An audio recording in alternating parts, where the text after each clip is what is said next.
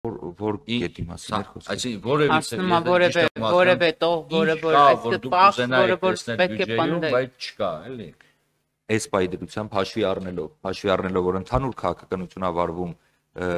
տեխնիկական հագեցվածությունը դուրս թողնելու բյուջեից, բայց մեր պարագայում տեխնիկական հագեցվածությունը նաև դուրս են թողել առաջնահերթություններից։ Դա մենք պնդելու ենք, որ վերադառնա առաջնահերթությունների ցանկ տեխնիկական հագեցվածությունը։ Պարոն Արաքելյան, հաշվի առնելով, այսինքն հաջորդ տարվա ընտրությունները եւ հնարավոր օրինակ կազմի, չգիտեմ, փոփոխությունը։ Եվ այո, Տիկին Վարդան, եւ ոչ միայն ընտրությունները,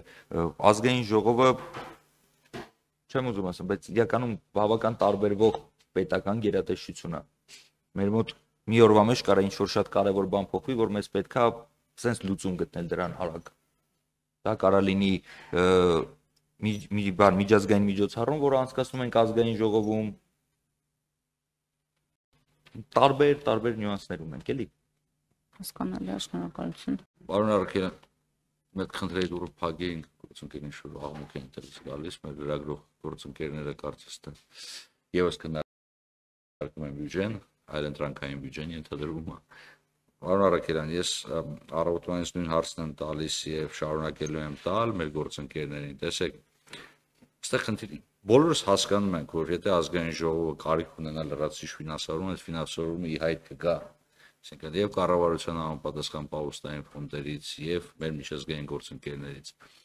Այստեղ ես խորհրդարանական մշակույթի ձևավորման տեսանկյունից եմ այս հարցը բարձրացնում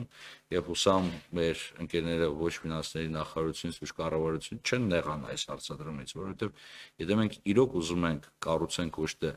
ֆորմալ, նոմինալ խորհրդարանական երկիր,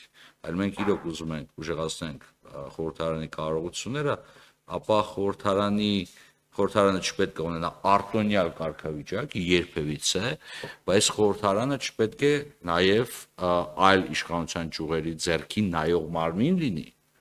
Եվ ես այս տեսանկյունից եմ նայում, բայց կներեք, ես շատ օբյեկտիվ պետք է ասեմ, սա դիտարկեք նաև նախ ինքնակննադատություն, հետո քննադատություն նաև իմ գործընկերներին, բայց սա ենթադրում է, որ խորհրդարանը այն ակտիվությունը պետք է ցուցաբերի, այն ակտիվությունը, որը որևիցե մեկի մոտ կասկած չի առաջացնի, թե ինչի այդ գումարները այդ եղանակով պետք է հատկացնեն, որտեղ կրկին դա ալիճը, ասենց ասեմ, լավ լինեմ օպտիմիստ, ասեմ կիսալիքն է, որովհետև հակառակ դեպքում պետք է ասեմ կիսադատարկ։ Սա հարցադրում չէր, պարոն Ազարյան, խնդրեմ, սա պարզապես տենց նախագահողի լիազորությունների չարաշահում էր, վերջերս շատ եմ մեղադրում ինչի մեջ, ընդհանրակարգ կանոնները չպահպանելու մեջ։